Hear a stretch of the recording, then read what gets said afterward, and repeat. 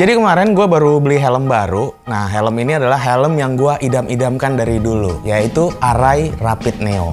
Yang warnanya juga menurut gue nih oke banget nih cuy, yaitu Neo Grey. Gue ngincar banget helm ini yang warnanya abu-abu. Wah, ini kan abu-abu warna yang bakal ngetren tahun ini katanya. Nah, gue beli helm ini kemarin di RC Moto Garage.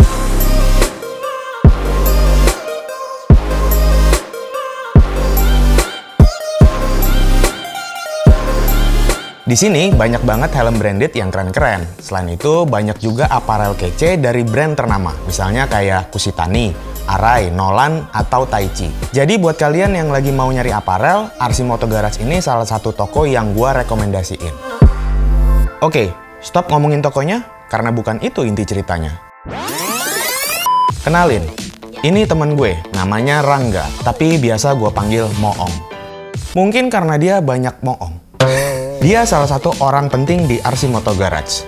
Nggak kayak orangnya, Moong ini punya motor harian yang jauh lebih kece dari dirinya, yaitu Kawasaki ZX636 yang dikasih nama Freya.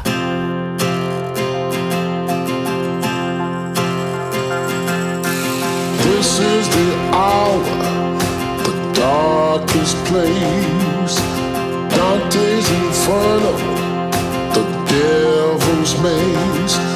It's a good world going bad. Freya ini punya power yang besar dari mesin yang kapasitasnya 636 cc, 4 silinder segaris. Tenaganya 130 horsepower. Buat yang nggak paham horsepower, bayangin aja gini. Satu motor Aerox punya tenaga 15 horsepower. Jadi bayangan gue butuh 9 motor Aerox untuk nyamain tenaganya si Freya ini. Wow. Tenaga yang besar itu disalurkan lewat transmisi yang punya 6 tingkat percepatan. Jadi giginya ada 1, 2, 3, dan seterusnya. Tapi biasanya buat di dalam kota paling cuma kepake sampai gigi 4 doang. Harganya? Jangan tanya. Kira-kira setara dengan 13 motor Aerox baru. Harganya yang mahal dan mesinnya yang kencang ternyata belum memuaskan Moong. Untuk itu, motor ini mau di-custom. Untuk konsep customnya, si Moong punya beberapa guidance yang dia ceritain ke gue waktu kemarin gue di RC. Customnya ini custom apa? Custom Jadi sport atau apa? Sport nih kan, sport tapi yang mungkin looknya tuh rada-rada retro gitu. Oh gitu. Frame, mesin, sebenarnya itu motor baru tapi body-bodinya mau diganti retro. Nah iya, gitu kan? sama. Jadi gue pengennya motor ini tuh nggak ngerubah base-nya, jadi sasisnya nggak rubah. Oh gitu. Jadi saat gue mau misalnya nanti gue mau ganti ke ori lagi, bisa sih. Sama bisa. Ergonomi dan segala macam nggak berubah. Oke, jadi kalau gua rangkum di sini ada 3 poin penting. Yang pertama, motor ini baru tapi tampilannya jadul. Yang kedua, sasis motor ini nggak boleh dirombak sama sekali atau nggak boleh dipotong-potong. Dan yang ketiga, posisi riding atau posisi duduknya nggak boleh berubah. Jadi harus seperti standarnya. Tapi dari 3 poin itu masih nggak ngejawab nih cuy. Kira-kira konsep apa yang cocok buat Moong dan RC Moto Garage? Gua mulai observasi tentang motorsport retro dari tahun ke tahun. Dan pencarian gua berhenti di tahun 1970-an. Di mana ada motor balap Kawasaki pada zaman itu yang punya bentuk khas banget. Menurut gue, ini konsep yang pas. Bodinya jadul, tapi mesin dan teknologinya modern. Dengan begitu, project ini gue kasih nama The Time Machine atau mesin waktu. Kenapa gue kasih nama project ini mesin waktu? Karena gue berharap ketika nanti ya motor ini jadi, tampilan motor ini bisa membawa memori kita kembali ke tahun 1970-an. Tapi di sini gue nggak mau niru plek banget dari body atau referensi yang udah gue lihat ya. Karena kalau misalnya gue niru bulet-bulet kayak gitu, ya what the point of custom? Gue pengen dengan konsep body retro ini orang tetap tahu kalau ini sebenarnya motor baru yang di custom. Motor baru yang menyerap, bukan meniru, tapi menyerap warisan dari generasi motor sebelumnya, sehingga menghasilkan satu bentuk yang baru yang mewakili masa lalu dan masa kini. Benang merahnya gue udah dapet nih cuy, tapi pertanyaan sekarang, apa bisa? Apa bisa motor ini di custom tanpa harus potong sasis? Apa bisa motor ini dirombak tanpa harus ngerubah posisi duduk? Jawabannya adalah, ya gue nggak tahu. Untuk tahu jawabannya, sekarang gue mau ngedesain dulu kira-kira nanti jadinya bakal seperti apa, apakah bagus apa enggak, mendingan kita lihat di desain. Oke, jadi sekarang langsung aja kita mulai desainnya. Yuk.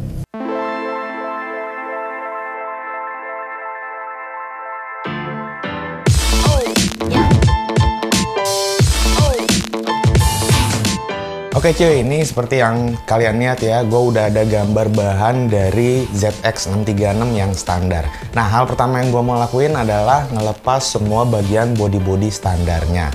Nah, setelah ini bagian bodinya dilepas, di sini gue akan memilih beberapa bagian motor standarnya yang tetap gue pakai. Yang pertama itu adalah bagian tangki dan joknya. Alasan gue kenapa tetap pakai jok dan tangki bawaan standar ya, karena yang pertama kalau untuk joknya ya, itu supaya bagian sitting posture atau posisi duduknya nggak berubah seperti yang dimauin sama si Moong gitu kan, karena requestnya dia kan salah satunya itu. Lalu yang kedua, kenapa bagian tangki standar ini tetap gue pakai, karena ya gue tetap pengen kelihatan motornya itu tuh sebenarnya motor baru yang dibikin jadul. Nah, salah satu visual atau salah satu parts yang mewakili itu adalah bagian tangkinya yang tetap lekukannya itu nggak kelihatan jadul tapi tetap kelihatan modern. Untuk fairing depannya ini gue bikin modelnya lebih membulat dibandingin yang standarnya ya, karena standarnya itu futuristik banget kan, modelnya lancip-lancip gitu. Ini rencananya bisa dibikin pakai bahan plat galvanis atau bahan fiber, nanti tergantung si Moongnya gitu kan.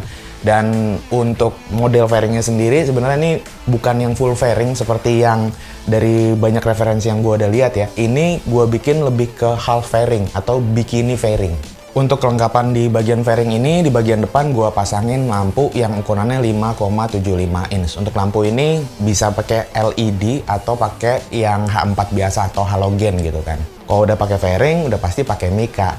Nah, mikanya ini custom juga, jadi nggak beli jadi. Untuk mikanya ini mungkin gue bakal pakai yang ketebalannya itu 2-3 mm. Selesai di bagian fairing, sekarang kita pindah ke bawah nih cuy ya. Seperti yang tadi gue bilang, karena model fairingnya ini cuma setengah, setelah gue lihat-lihat nih di bagian bawah motor ini kelihatan kayak agak kopong gitu kan cuy. Nah, jadi di sini gue coba mainin body, cuman di sini sebenarnya body aslinya yang dipasang cuman bagian bawahnya doang gitu cuy.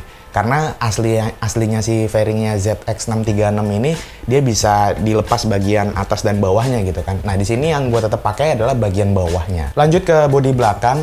Nah, ini untuk bagian bodi belakangnya modelnya cenderung ngotak ya, sesuai dengan model buntut belakang di motor balap tahun 70-an gitu kan. Untuk bahannya sendiri ini sih sebenarnya bisa dibikin pakai plat galvanis yang tebalnya cukup 1,2 mili juga udah cukup bisa. Untuk dimensinya sendiri ini sebenarnya udah cukup aman diterapin di motor si Moong, karena kalau kalian lihat bagian sasis standar ini sama sekali nggak ada yang kita potong. Tapi untuk bagian bodi belakang ini sebenarnya ada satu request dari si Moong, yaitu dia bisa minta dipakai buat boncengan. Dimana kita tahu kalau pakai bodi semacam ini otomatis udah nggak bisa pakai boncengan kan gitu. Nah, di sini solusinya gue terpaksa memotong bagian belakang itu supaya bisa gue isi dengan jok boncengan.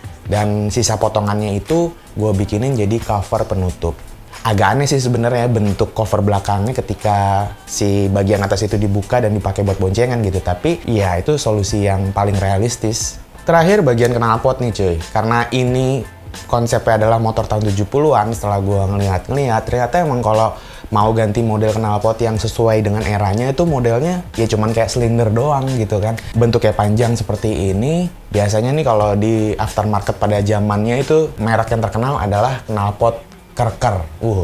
Ya kurang lebih seperti inilah hasil akhirnya dari project time machine atau mesin waktu di ZX636 yang udah kita desain.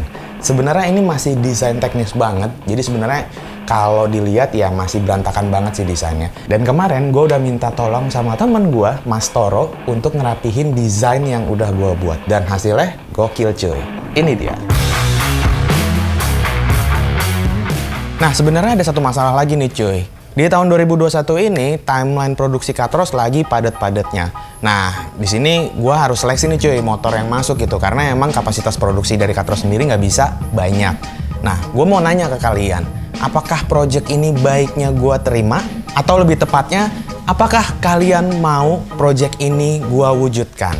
Jadi supaya desain yang tadi udah gue buat itu nggak cuma jadi sekedar gambar doang, tapi bisa jadi kenyataan. Silahkan tulis di kolom komen, tapi sementara itu videonya langsung aja gue tutup. Seperti biasa gue Ateng cabut, peace!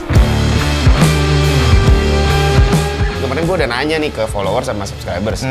Pada ininya ke lu. Ke gua. Iya iyalah, Katros yang mengerjakan motor presiden dan anak presiden Republik Indonesia.